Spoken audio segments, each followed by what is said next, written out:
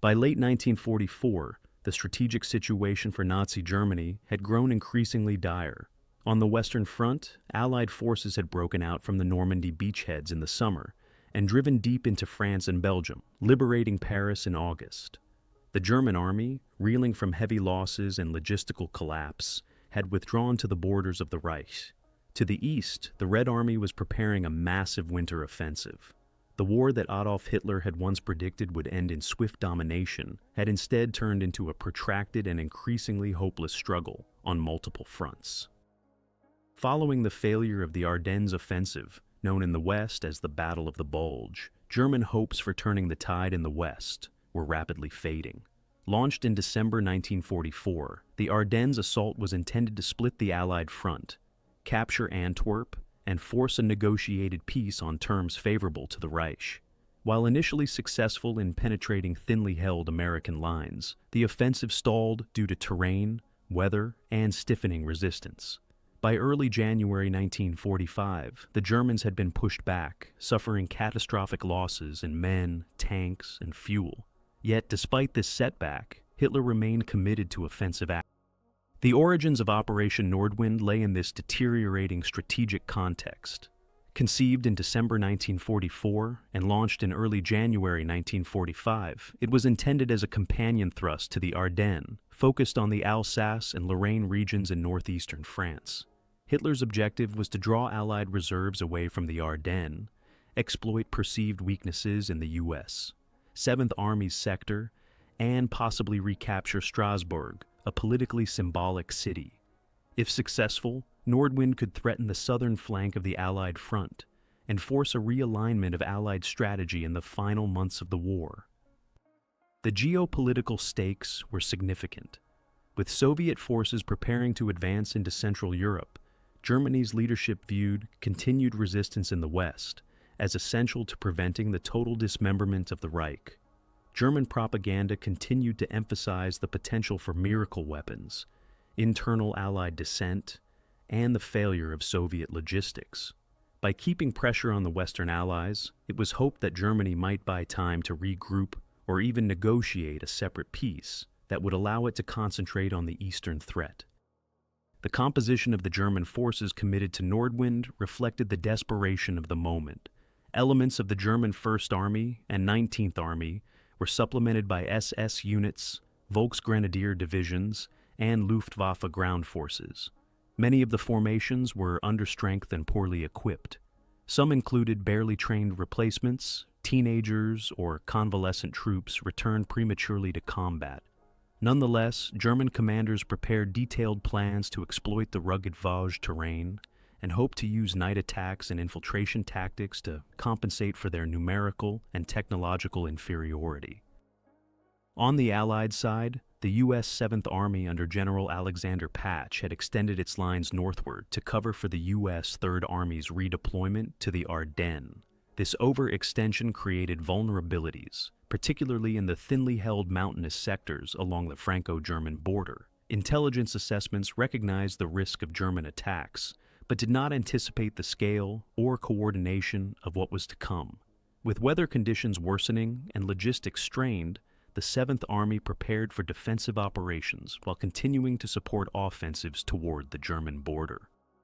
Public sentiment in both Germany and the Allied countries reflected the war's grinding toll. In Germany, the regime maintained tight control over information, but morale was crumbling under the weight of air raids, shortages, and the growing awareness of impending defeat. Among the Allies, the euphoria of summer victories had been tempered by the high casualties of the autumn campaigns and the surprise of the Ardennes. Commanders and political leaders were wary of complacency, and the harsh winter of 1944-45 reminded all sides that the war was far from over. Operation Nordwind would unfold in a region already devastated by years of war. The Alsace-Lorraine area, historically contested between France and Germany, had changed hands multiple times over the past century. In 1940, it was annexed by the Third Reich. In 1944, it was liberated by Allied forces. For the civilians living there, many of whom were ethnic Germans or Alsatians with complex identities, the return of German troops would be not liberation, but another occupation. The region's roads, villages, and forests would once again become the stage for a violent clash between two retreating empires, with civilians caught in the middle. As the German High Command finalized the details of Nordwind, they pinned their hopes on surprise, aggression, and the weakness of the Allied line in Alsace. Though they lacked the strength for a decisive blow, they hoped to inflict enough damage to disrupt Allied planning, create political shockwaves, and perhaps even retake Strasbourg. Whether these goals were realistic or not mattered little to Hitler. What mattered was that the Wehrmacht continued to fight, and that the myth of German resilience remained intact, even as the Western Allies prepared for the final push into the heart of Germany. In the early hours of January 1st, 1945, Operation Nordwind commenced under the cover of darkness and winter storms. The German offensive was launched across a broad front, stretching from the Rhine River southward into the Vosges Mountains. With artillery bombardments cutting through the snow-laden silence, German infantry began advancing against American positions held by the U.S. 7th Army. The goal was to break through the thinly stretched Allied lines, create panic, and exploit any disorganization with swift follow-up attacks. The operation opened in coordination with limited support from Luftwaffe sorties targeting Allied logistics and rear areas. The initial shock of the assault came against units of the U.S. 5th Corps and the 8th Corps. These corps had been covering a sector significantly larger than what doctrine recommended, with troops deployed along extended ridgelines, narrow valleys, and thinly defended villages. The surprise achieved by the Germans was partially due to the Allies' preoccupation with the Ardennes to the north, where much of the strategic focus had been diverted. Although some frontline commanders had anticipated localized German probes, few expected a coordinated offensive of such scale. As reports of German advances began filtering into headquarters, the full scope of the threat quickly became apparent. Key to the German opening phase was the use of night assaults and infiltration tactics. Infantry units were ordered to move through forested terrain, bypassing strongpoints and isolating American positions. In some sectors, German troops disguised themselves and captured U.S. uniforms or used American equipment, sowing confusion. Villages like Wingen-sur-Moder, Rittershofen, and Hatten soon became focal points of intense urban combat. The Germans succeeded in overrunning several forward outposts, capturing prisoners and forcing American units to retreat in disarray. Snow, fog, and poor communications hindered coordination on both sides, but initially gave the attackers an edge. Despite the surprise, American resistance quickly stiffened. Units of the 45th and 79th Infantry Divisions mounted improvised defenses, slowing German gains. In several cases, battalion and company commanders took initiative without awaiting higher orders, organizing counterattacks, or stubbornly holding ground. Tank destroyer units, artillery crews, and engineers were thrown into the fight, often acting outside their typical roles. Rear echelon troops, including logistics personnel and signal corps, found themselves involved in direct combat as the front lines shifted rapidly. Throughout the opening days of Nordwind, the distinction between front and rear blurred. German progress was uneven. In the northern sectors near Vichy and the low Vosges, terrain and weather significantly slowed the assault. Narrow mountain roads became clogged with vehicles, and Allied artillery quickly adjusted to key choke points. In other areas, the Germans encountered minefields and well-prepared defenses. Their use of Volksgrenadier divisions, often composed of hastily trained or recovered wounded troops, resulted in high casualty rates during frontal assaults. However, elite units such as the 6th SS Mountain Division and elements of panzer units achieved localized breakthroughs that threatened to unravel American defensive lines. The American High Command, led by General Jacob Devers of the 6th Army Group and General Alexander Patch of the 7th Army, quickly recognized the gravity of the situation. Reinforcements were requested, and units from the U.S. 1st and 3rd Armies were ordered southward despite their commitments in the Ardennes. French forces under General Jean de Lattre de Tassigny also contributed to the defense, covering the southern approaches to the Rhine. Air support was limited during the initial phase due to poor weather, but once conditions improved, Allied fighter bombers began targeting German supply routes and concentrations. One of the most significant early engagements occurred at Vingen-sur-Moder, where German troops seized the village and took hundreds of American prisoners. However, U.S. counterattacks over the following days encircled the attackers, eventually forcing their withdrawal. This pattern, rapid German penetration followed by determined Allied response, repeated across the front. The Germans lacked the reserves to exploit their gains fully, and American adaptability under fire proved crucial in preventing a strategic collapse. By January 5th, the extent of the German push was becoming clear. Operation Nordwind, while not achieving the level of penetration seen in the Ardennes, had forced the Allies to divert forces, reconsider their deployments, and accept significant local setbacks. The initial shock phase was over. What began as a surprise winter offensive was evolving into a protracted and costly campaign fought across some of the most difficult terrain in Western Europe, under some of the harshest weather conditions of the war. The opening phase had not broken the Allied line, but it had placed enormous pressure on its defenders and disrupted the broader Allied timetable. The strategic calculus behind Operation Nordwind was shaped by both desperation and opportunism within the German high command. After the relative failure of the Ardennes offensive to achieve its strategic objectives, Hitler saw the American sector in Alsace as the next best opportunity to strike.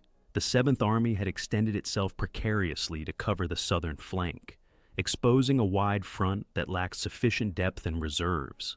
Hitler believed that a concentrated blow there, delivered with speed and ferocity, could rupture the Allied line, seize key towns like Strasbourg, and possibly roll up the entire Allied southern flank.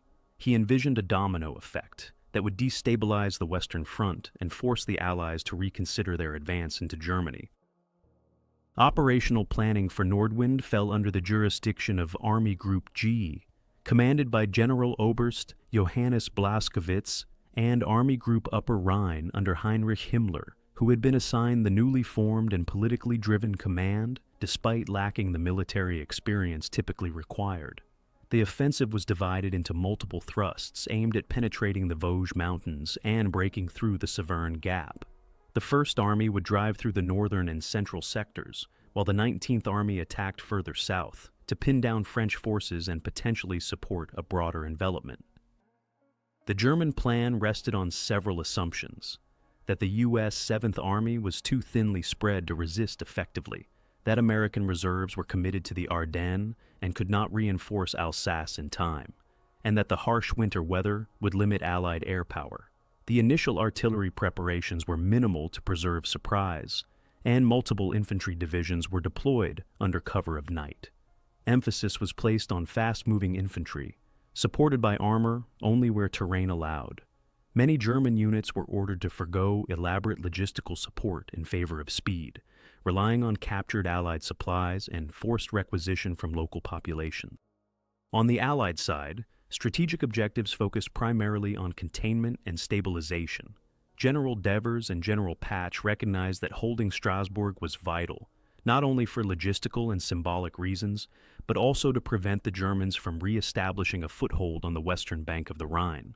Strasbourg had only recently been liberated, and its recapture by the Germans would have been a political disaster, particularly for Charles de Gaulle's provisional French government. To prevent this, Allied command prioritized reinforcement of the northern sectors while coordinating with French 1st Army elements further south. American logistics in the Alsace region faced numerous challenges. Supply routes had been optimized for a static front, and were not prepared for sudden large-scale withdrawals or rapid redeployment. Fuel and ammunition stocks were limited, especially in the high mountain sectors where resupply was conducted over narrow, snow-covered roads. The onset of winter intensified the difficulties. Vehicles broke down, cold weather strained equipment and personnel, and communications became increasingly unreliable. Engineers worked constantly to keep roads open, repair bridges, and lay new cable lines under fire. Miscalculations on both sides further complicated planning. German intelligence overestimated the degree to which Allied forces had been weakened by the Ardennes, underestimating their ability to shift units rapidly between sectors. Conversely, Allied planners had not anticipated an offensive of such magnitude south of the Ardennes, and initially failed to appreciate the full scale of German mobilization in the region. Several divisions that had been earmarked for rest or reserve were rushed forward with minimal preparation, while others had to be pulled from active engagements elsewhere. Propaganda efforts accompanied the military planning. German radio broadcasts spoke of impending liberation for Alsatians and framed the offensive as a counterstroke that would bring balance to the front.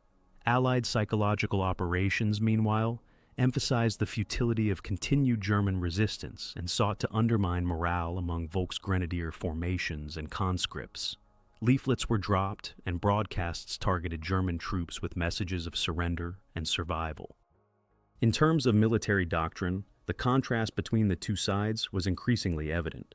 The Germans relied heavily on decentralized tactics and the initiative of junior officers, especially in elite units like the 6th SS Mountain Division. Small squads were trained to operate independently, seize tactical advantages, and exploit terrain. The Americans, though suffering from overextension, employed combined arms teams, integrating armor, artillery, and infantry in flexible groupings that responded dynamically to German thrusts. Artillery fire missions became a central component of American defense, with forward observers calling in precise bombardments to break up advancing enemy formations. Despite Germany's shrinking industrial base and manpower shortages, the offensive's planning revealed that the Wehrmacht could still coordinate multi-division operations across challenging terrain. The commitment to Nordwind demonstrated Hitler's continued belief in offensive warfare as a means of political leverage, even in the face of overwhelming odds. Strategically, the hope was not for victory in the traditional sense, but for disruption, delay, and psychological shock. In that regard, the planning phase of Operation Nordwind reflected both a clear operational logic and a profound detachment from the strategic realities facing the collapsing Third Reich. The first major engagements of Operation Nordwind erupted across the Alsatian front during the opening week of January 1945. German forces, striking under conditions of poor visibility and dense winter terrain, launched their assaults against American positions that were in many cases undermanned and overextended. The initial German gains created confusion and alarm among Allied commanders. Villages and key road junctions such as Wingen-sur-Moder, Hatton, and Rittershofen became focal points of fierce combat. What began as a calculated surprise offensive quickly evolved into a series of chaotic, close-range encounters, testing the endurance and adaptability of both sides. In the northern sector near Bitche and the Low Vosges, elements of the German Elwigstrafe Corps advanced against American strongpoints held by the U.S. 100th Infantry Division. Using terrain to their advantage, German troops infiltrated through forested hills and struck isolated units with sudden force. Wingen-sur-Moder, a small village in the Moder Valley, was seized by elements of the 6th SS Mountain Division on January 4th. The capture of the village trapped more than 250 American soldiers from the 157th Infantry Regiment, many of whom were held for days under harsh conditions. The loss of the village shocked American commanders and prompted a swift response. U.S. forces regrouped and launched a counteroffensive that recaptured Wingen by January 7th after brutal house-to-house fighting. Further east, near the villages of Hatton and Rittershofen, one of the most prolonged and intense engagements of the operation unfolded. German armored units, supported by infantry from the 21st Panzer Division and the 25th Panzer Grenadier Division, clashed with elements of the U.S. 79th Infantry Division and 14th Armored Division. The battle for these two villages lasted for nearly 2 weeks and became emblematic of the broader fight in Alsace, fierce, attritional, and fought over terrain of limited strategic value but immense tactical importance. The close proximity of the two villages allowed for coordinated defense and counterattack, with each side seizing and losing ground multiple times per day. The terrain played a decisive role in shaping the nature of the engagements. Snow-covered fields limited mobility, while dense forests and narrow roads hampered armored movement. German tanks were often channeled into predictable routes, making them vulnerable to American anti-tank teams and artillery fire. Conversely, American armor suffered from mechanical failures and logistical delays caused by freezing temperatures and mud, churned up by repeated shelling. Infantry bore the brunt of the fighting, often operating at the very edge of their physical and psychological limit. Civilians trapped in the combat zones experienced the full horror of total war. Alsatian towns and villages, many already damaged during previous campaigns, became battlegrounds. Civilians sheltered in basements, while artillery fire reduced homes to rubble. Medical services were nearly non-existent. In many cases, civilians were evacuated under fire or forcibly displaced by troop movements. German forces, hoping to exploit local knowledge, pressed some civilians into service as guides or laborers. American units, operating under strict rules of engagement, attempted to minimize civilian casualties but were limited in their capacity to offer aid during the height of combat.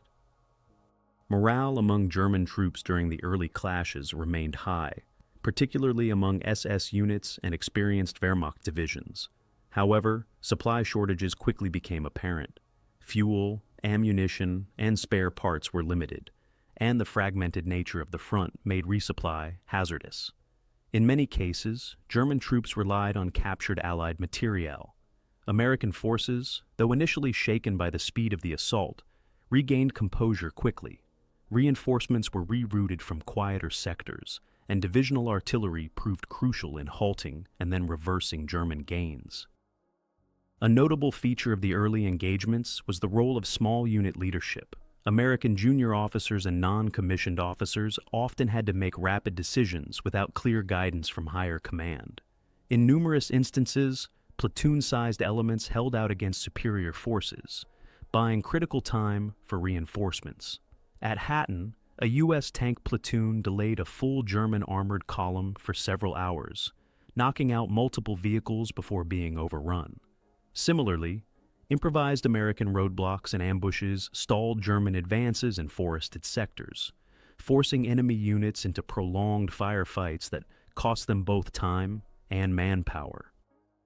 By January 10th, the tempo of Nordwind had slowed. German forces continued to probe and push, but the initial shock had worn off. Allied air superiority began to reassert itself as weather conditions improved, limiting German freedom of movement and targeting vulnerable supply convoys. The Allies had absorbed the first wave and were now adjusting to the operational tempo, fortifying key positions and planning localized counterattacks. What had begun as a rapid strike now risked becoming a grinding campaign, with both sides committing increasing resources to what had originally been intended as a short and decisive blow. As Operation Nordwind extended into its second and third weeks, the conflict escalated into a full-scale regional crisis. The initial momentum gained by the German attackers had been blunted, but they had nonetheless succeeded in forcing the U.S. 7th Army onto the defensive across much of its front. Command and logistical pressures multiplied for both sides. German field commanders, under pressure from Hitler to maintain the offensive, committed fresh units into increasingly narrow and attritional engagements, while the Allies struggled to reorganize their forces and plug the widening gaps along the front. In the center of the battlefield, the fighting around the twin villages of Hatton and Rittershofen reached its peak intensity between January 9th and January 21st. The two villages, separated by just a few kilometers and connected by a vital road, became the scene of some of the most destructive close-quarters combat seen on the Western Front. The U.S. 14th Armored Division, reinforced by the 79th Infantry Division, defended against relentless attacks from the German 21st Panzer and 25th Panzer Grenadier Divisions. Both sides poured troops, tanks, and artillery into the area. The battles took place street by street, house by house, often floor by floor. Tank duels erupted at point-blank range. German Panzer IVs and Panthers clashed with American Shermans in narrow streets where maneuverability was limited, reducing engagements to brutal frontal confrontations. Infantry supported armor closely, using rocket launchers and anti-tank weapons to ambush enemy vehicles. Buildings changed hands multiple times in a single day. Civilian structures were used as strong points, with snipers, machine gunners, and command posts embedded in basements and attics. Artillery fire was constant, and smoke shrouded the battlefield, disorienting troops and obscuring visibility. Conditions deteriorated rapidly for both attackers and defenders. Winter temperatures plummeted, and many wounded lay unattended in the open, exposed to cold and fire. Medical evacuation was nearly impossible during peak combat, and aid stations operated under fire or were overrun. Communications lines were severed by bombardments, forcing units to rely on runners or improvised signal methods. The psychological toll was immense. Many American soldiers in the sector later described Hatton and Rittershoffen as the most intense and terrifying combat of the war. German survivors reported similar levels of trauma and exhaustion. To the south, German attacks pressed toward Haguenau and Strasbourg. Hitler remained fixated on retaking Strasbourg, which held symbolic importance due to its status as a major city on the Rhine and its long history of contention between Germany and France. Recapturing it would, he believed, deal a political blow to the Allies and bolster German morale.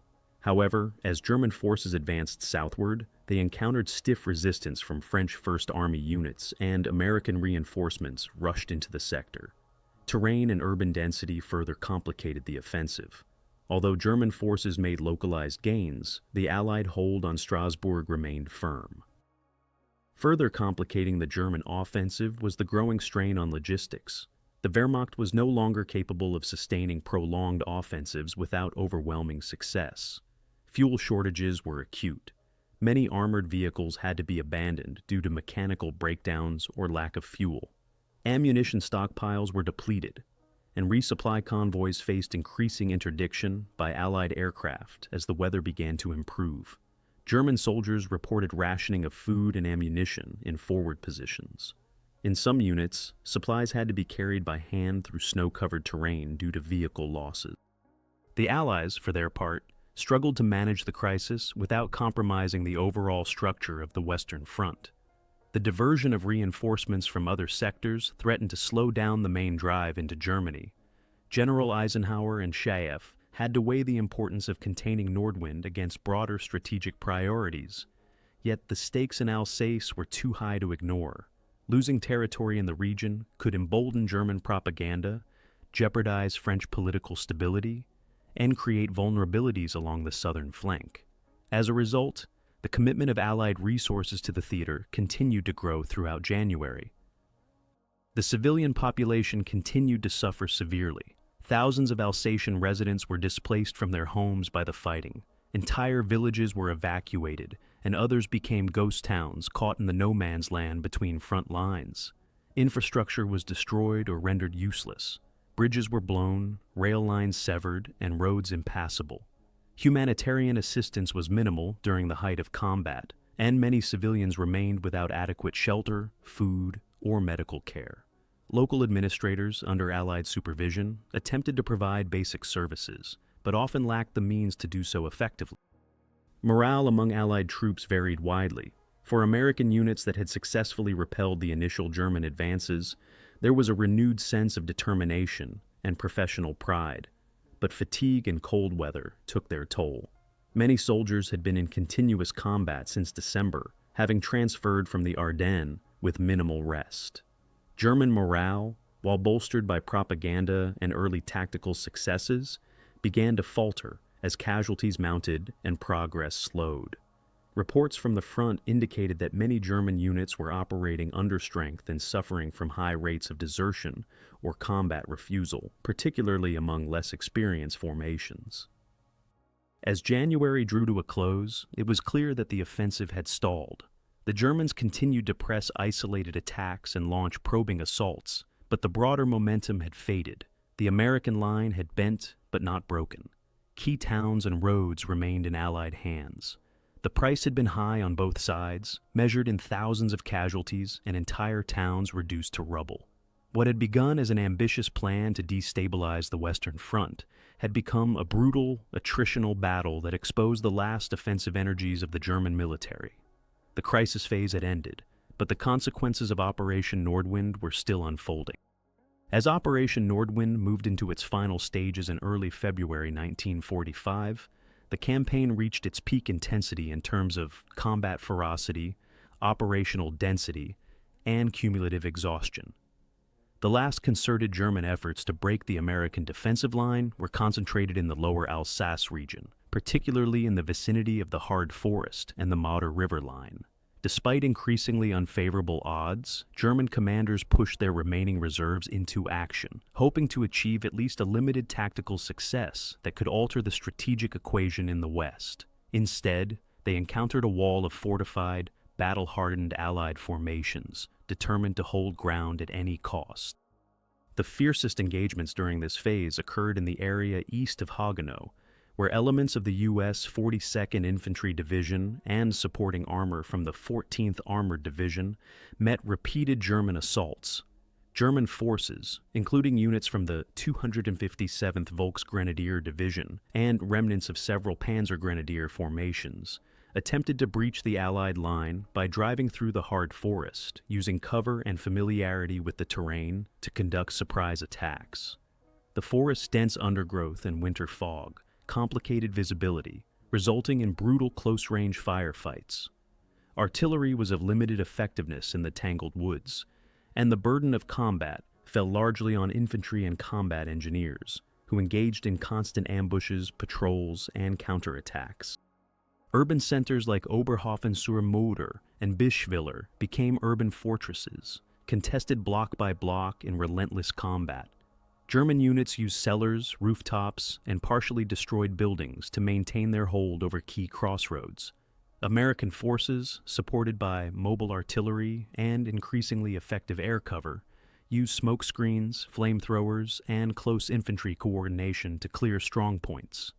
Both sides committed substantial firepower to hold or seize individual buildings, which rapidly collapsed under the strain of shelling and demolition charges. The cumulative destruction rendered many towns unrecognizable and uninhabitable. At the same time, the German logistical situation deteriorated beyond recovery. Fuel and ammunition shortages reached critical levels. With few operational vehicles remaining, many units were effectively immobilized. The Luftwaffe was unable to provide meaningful support, with its presence over the battlefield reduced to isolated reconnaissance flights and desperate, poorly coordinated bombing runs.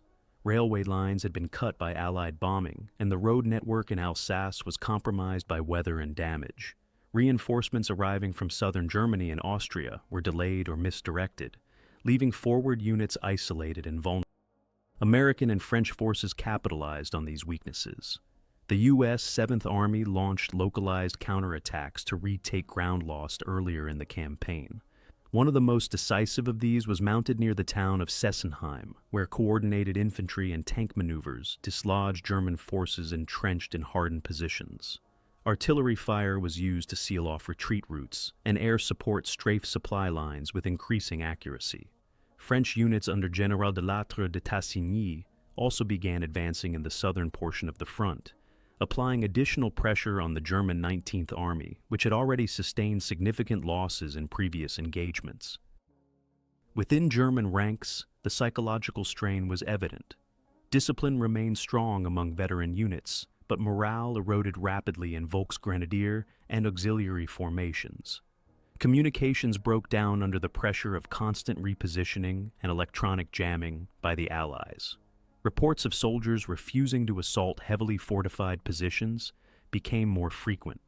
In some cases, German units withdrew without orders, recognizing the futility of further sacrifice. Even among high-ranking commanders, doubts emerged. Blaskowitz and others conveyed skepticism about the campaign's sustainability, though such reservations were often ignored or suppressed by Hitler's staff. In contrast, Allied cohesion improved with each passing week. Units that had endured the initial shock of Nordwind adapted to the evolving tactical environment. Rotations became more systematic, supply chains stabilized, and commanders regained the initiative. The improved weather allowed Allied air forces to dominate the skies. Fighter bombers and reconnaissance aircraft operated with near impunity, tracking German movements, targeting concentrations of vehicles, and disrupting field headquarters. Air superiority proved decisive in shaping the tempo of operations, depriving the Germans of the ability to regroup or retreat in an orderly manner. The civilian impact during the peak of the campaign was catastrophic. Entire towns were emptied of their populations, with refugees flooding into temporary shelters far behind the lines. Infrastructure destruction reached its zenith. Bridges over the Moder and Zorn rivers were demolished to slow troop movements. Electrical and water systems collapsed. Agricultural land was churned into mud and cratered by artillery. Relief agencies, overwhelmed by the scale of destruction, were only able to provide minimal aid. The humanitarian situation in liberated but contested areas grew increasingly desperate, exacerbated by freezing temperatures and lack of medical care. Despite the enormous losses and visible collapse of operational cohesion, Hitler continued to issue orders for renewed assaults. His insistence on recapturing Strasbourg remained unchanged, though the military situation had rendered such a goal entirely unrealistic. German High Command found itself unable to generate the manpower or material necessary to resume offensive operations. Operational Nordwind, once envisioned as a potential turning point, had instead devolved into a desperate and bloody effort to inflict local damage and delay the inevitable. By February 5th, German activity on the Alsace front had largely ceased. Small-scale attacks and artillery exchanges continued, but the major thrusts were over. Allied forces stood firm across the line. Having absorbed the last strategic offensive Germany would mount in the west. Though the Germans had demonstrated tactical skill and determination, the imbalance in resources, mobility, and air power had made their goals unattainable. What remained was the aftermath: devastated towns, shattered units, and a front line that, though still active, would never again be seriously challenged in the West. As the intensity of the German offensive waned in early February 1945, Allied forces began adapting their posture from containment to localized counteroffensives.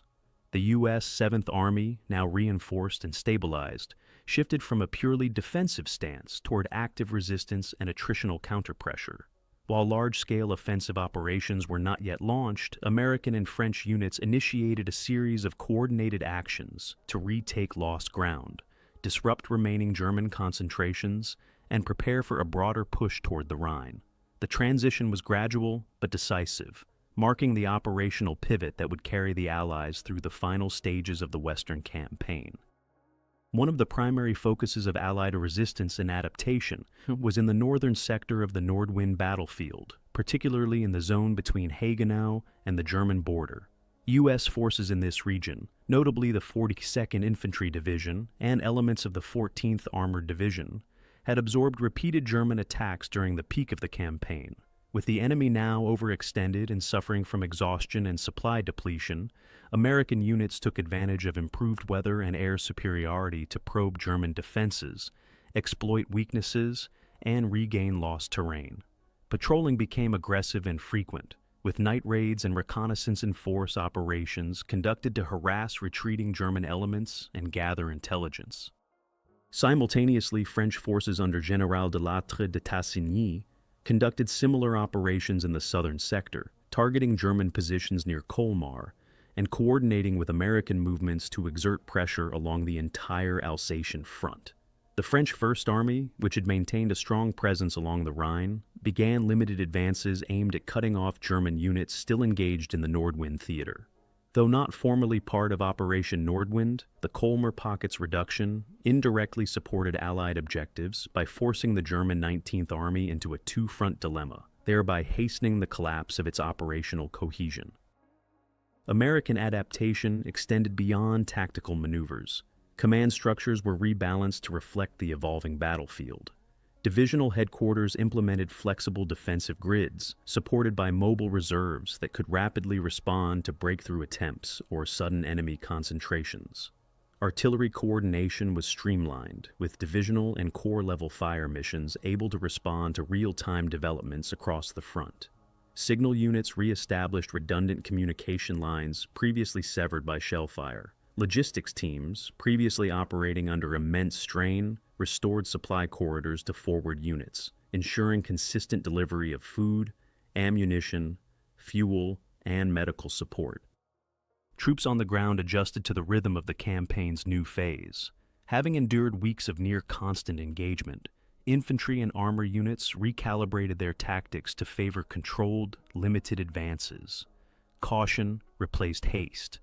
Urban clearance operations were methodically planned, using combined infantry engineer teams supported by armor and flamethrower units to clear houses, bunkers, and strong points without excessive casualties.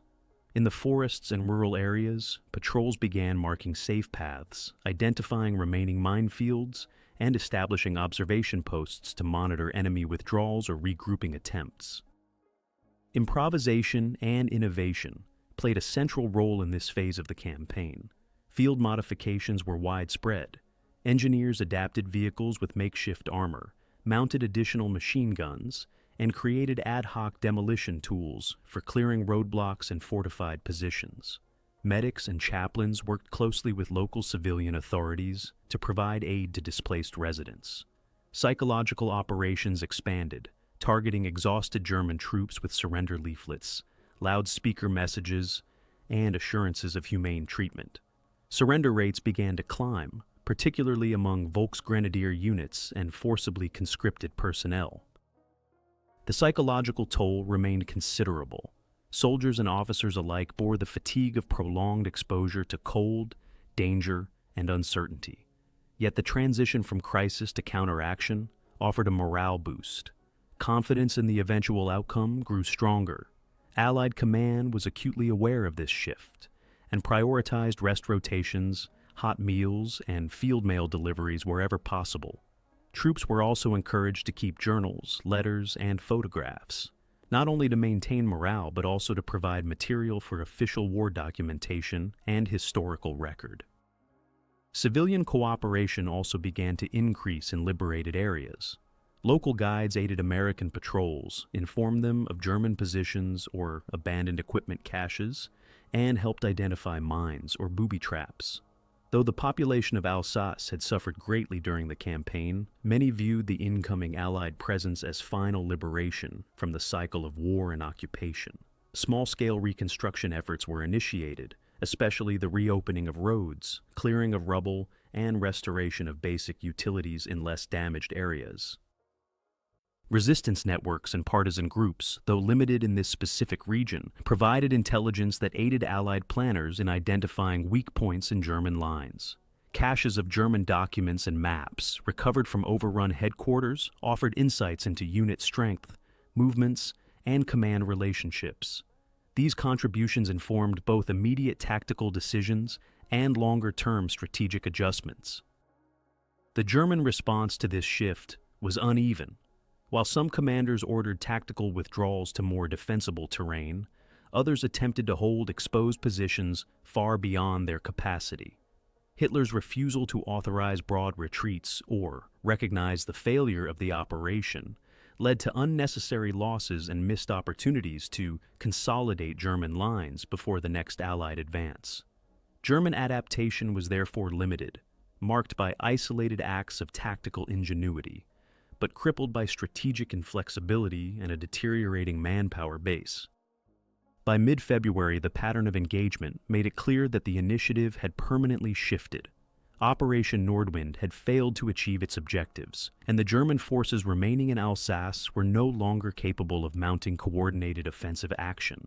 The Allied resistance had not only held firm, but had evolved, adapting to the terrain, the enemy, and the unique challenges of winter warfare in eastern France.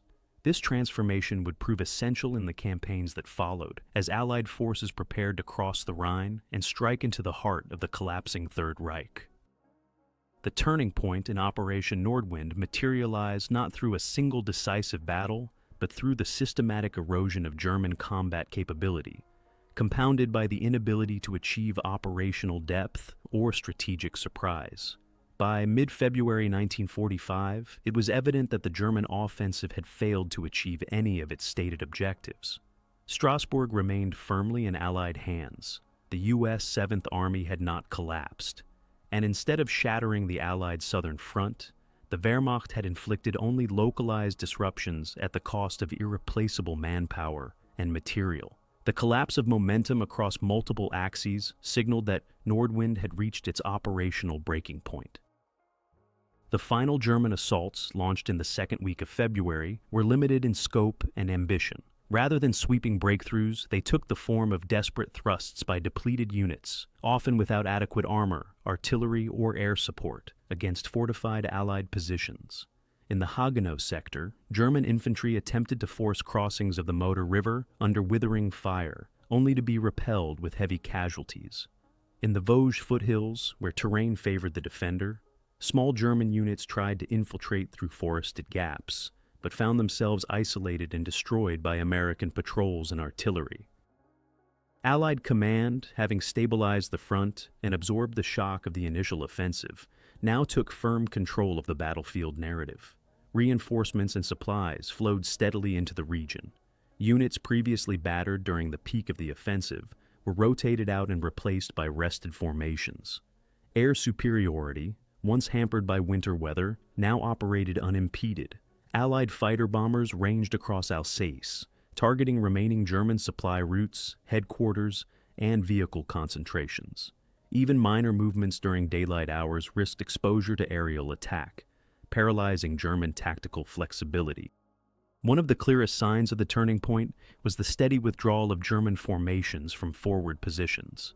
These were not organized retreats toward defensible lines, but piecemeal evacuations executed under pressure. German units that had advanced into villages such as Oberhofen, Bischwiller, and Herrlichheim found themselves encircled or threatened by Allied flanking maneuvers. Lacking the reserves to hold ground or counterattack, commanders pulled back wherever possible, often leaving behind wounded, destroyed equipment and stragglers. The process revealed the extent of German exhaustion and the erosion of centralized control over battlefield operations. Captured German prisoners and documents further confirmed the internal collapse. Interrogations revealed low morale, growing desertion, and confusion over the objectives of the campaign. Many rank-and-file soldiers were unaware of the strategic goals behind their deployments. Some believed they were involved in delaying actions or localized counterattacks rather than a theater-wide offensive. In units composed of hastily conscripted or recovered personnel, particularly within the Volksgrenadier divisions, discipline had deteriorated markedly. Combat effectiveness plummeted as cohesion broke down, and junior officers struggled to maintain unit integrity under relentless Allied pressure. In contrast, the Allied response to the shifting momentum was calculated and precise. Rather than launching immediate large-scale offensives, commanders chose to consolidate and exploit tactical advantages. American units systematically advanced into evacuated or weakened sectors, capturing ground with minimal resistance. Engineers cleared roads and repaired bridges to facilitate future operations. Forward observers expanded surveillance grids to monitor enemy withdrawals and detect potential counterthrusts. Artillery units, with ample ammunition, maintained constant pressure on suspected German positions to prevent regrouping. The strategic implications of this turning point rippled far beyond Alsace. German failure in Nordwind eliminated any realistic possibility of stalling the Allied advance into Germany from the west. It marked the final attempt by the Wehrmacht to take the initiative in the Western theater. Subsequent operations would be entirely reactive, as German forces shifted to delaying tactics and localized defense, hoping to buy time for diplomatic or political developments that would never materialize. The failure also undermined Hitler's credibility with his generals, though public dissent remained limited due to the regime's control over communication and discipline. At the operational level, Allied planners now viewed the Alsace region not as a threatened flank, but as a staging ground for further offensives. The stabilizing of the front enabled fresh deployments and realignment of forces. The collapse of Nordwind allowed for renewed planning toward the seizure of key Rhine crossings and the eventual assault on the German heartland. For units that had endured weeks of attritional fighting, the shift to offensive preparations was a welcome, though somber, confirmation of their endurance and success. The civilians of Alsace, caught in the midst of these final clashes, also recognized the shift in momentum. In areas once under temporary German reoccupation, signs of panic and retreat among German forces were evident. Abandoned equipment, discarded weapons, and requisitioned carts moving eastward confirmed that the war had turned decisively in favor of the Allies. For many residents, it was the third or fourth time in 5 years they had witnessed the arrival and departure of occupying forces. Now, however, there was cautious hope that the front would not return. By the end of February 1945, Allied forces had recaptured nearly all contested territory. The German order of battle in Alsace was fragmented, and key divisions had ceased to function as cohesive units.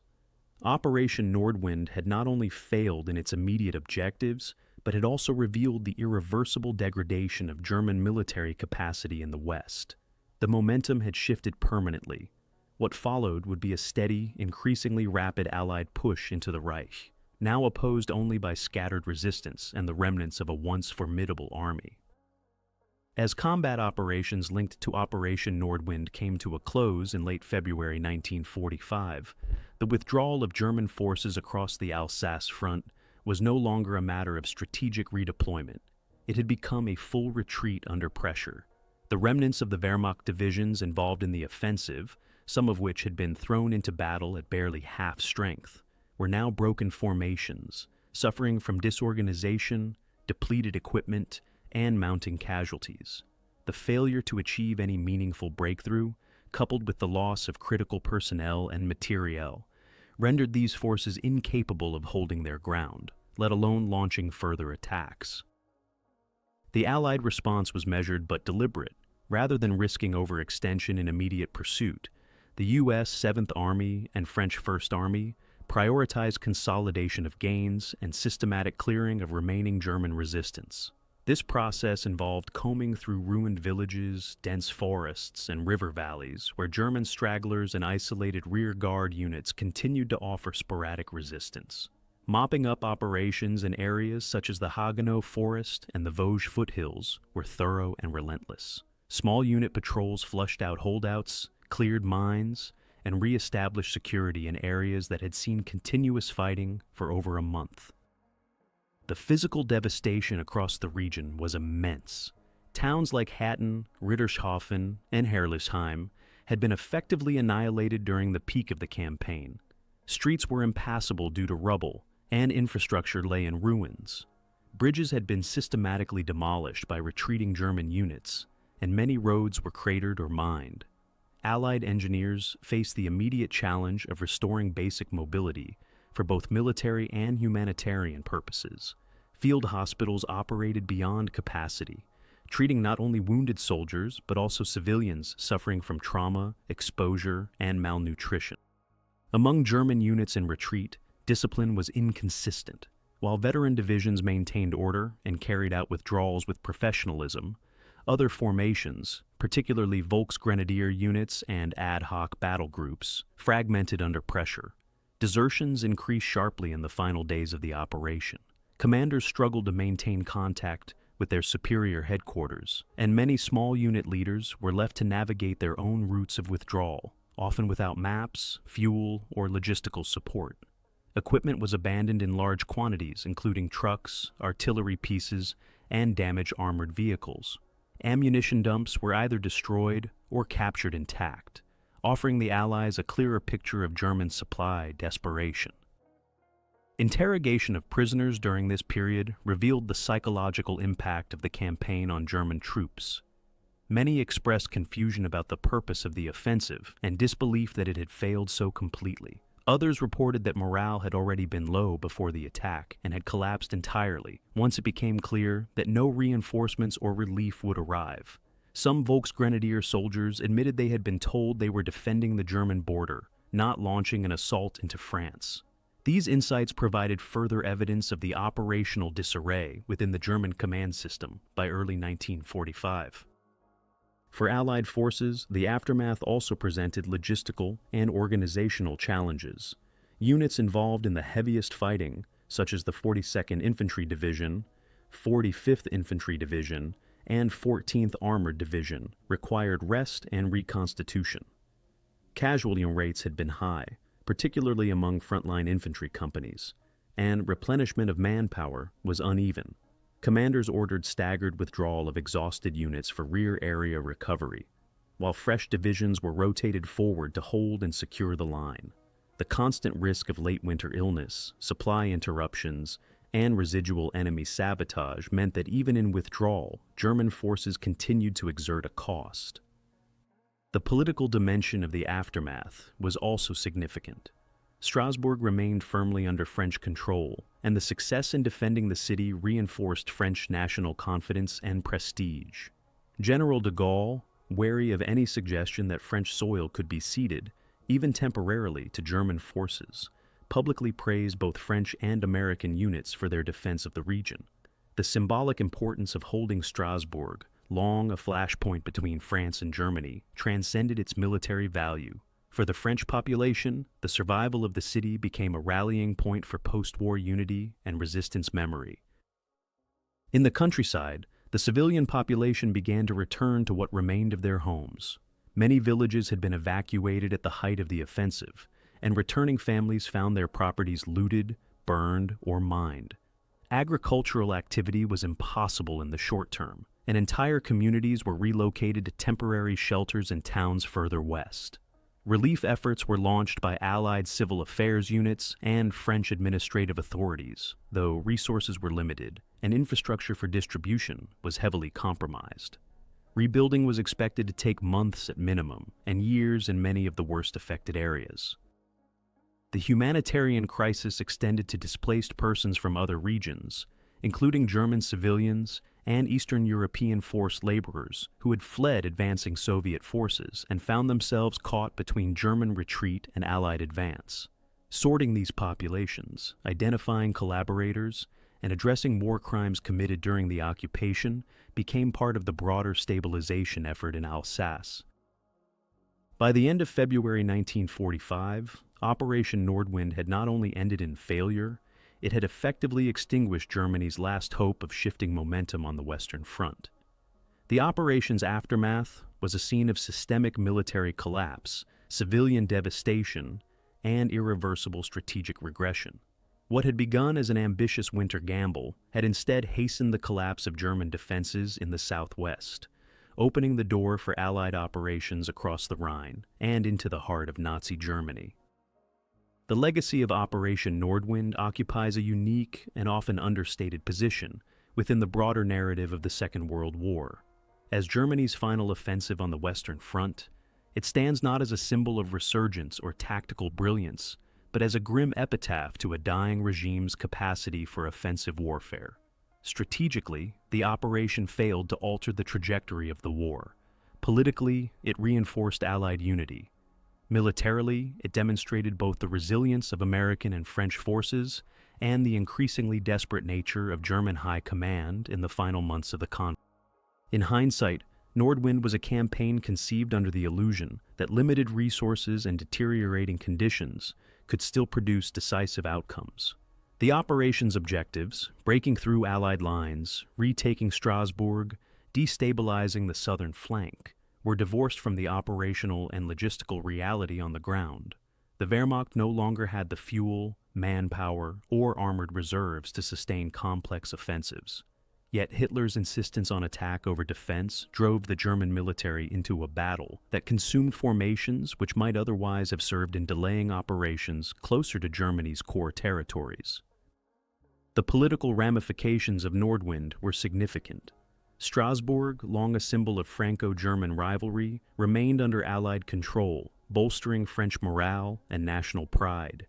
General de Gaulle used the successful defense of the city to reaffirm the legitimacy of the Free French government and to reassert France's role in the final phases of the war. For the American public, Nordwind was less well known than the Battle of the Bulge, but for the soldiers of the U.S. 7th Army, it was a defining ordeal. The campaign tested units already stretched thin and demonstrated their capacity to absorb, adapt, and overcome against a determined and aggressive enemy. In post-war military analysis, Operation Nordwind has often been studied as a case of failed offensive strategy in a context of strategic collapse. German operational planning demonstrated tactical competence, but strategic incoherence. The dispersion of effort across multiple thrusts, the underestimation of Allied resilience, and the lack of follow-up capacity made sustained success impossible.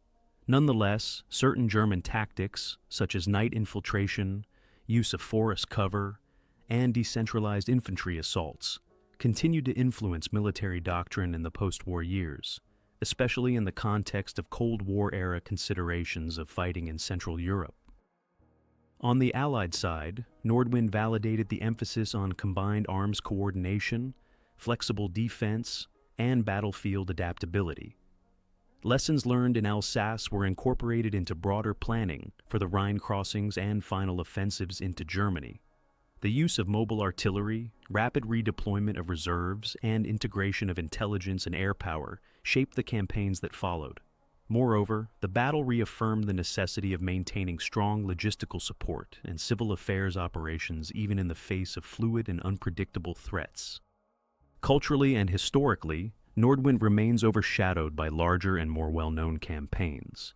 Yet among veterans, particularly those of the 45th, 42nd, and 79th Infantry Divisions, and armored units like the 14th Armored Division, it was remembered as one of the most punishing and costly engagements of the war. The house-to-house fighting in towns like Hattin and Rittershofen, the relentless attrition in the Vosges, and the brutal conditions of winter warfare left deep impressions. Memorials in Alsace and regimental histories in the United States continue to preserve the memory of those who fought and fell during the operation. The physical scars of Nordwind also endured. Many towns in northeastern France were not fully rebuilt for years after the war.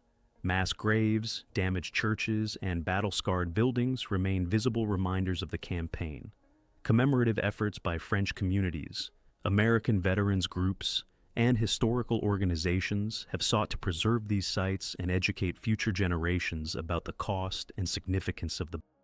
In the wider context of the war's conclusion, Operation Nordwind illustrated the futility of continued German offensives in the West. It absorbed vital German resources that might have been used to reinforce defenses on the Eastern Front, or to delay the inevitable crossings of the Rhine. By March 1945, the Allies had fully resumed the offensive. Within 2 months, Germany would surrender unconditionally. Nordwind, intended as a bold counterstrike, had instead hastened the collapse it was meant to prevent.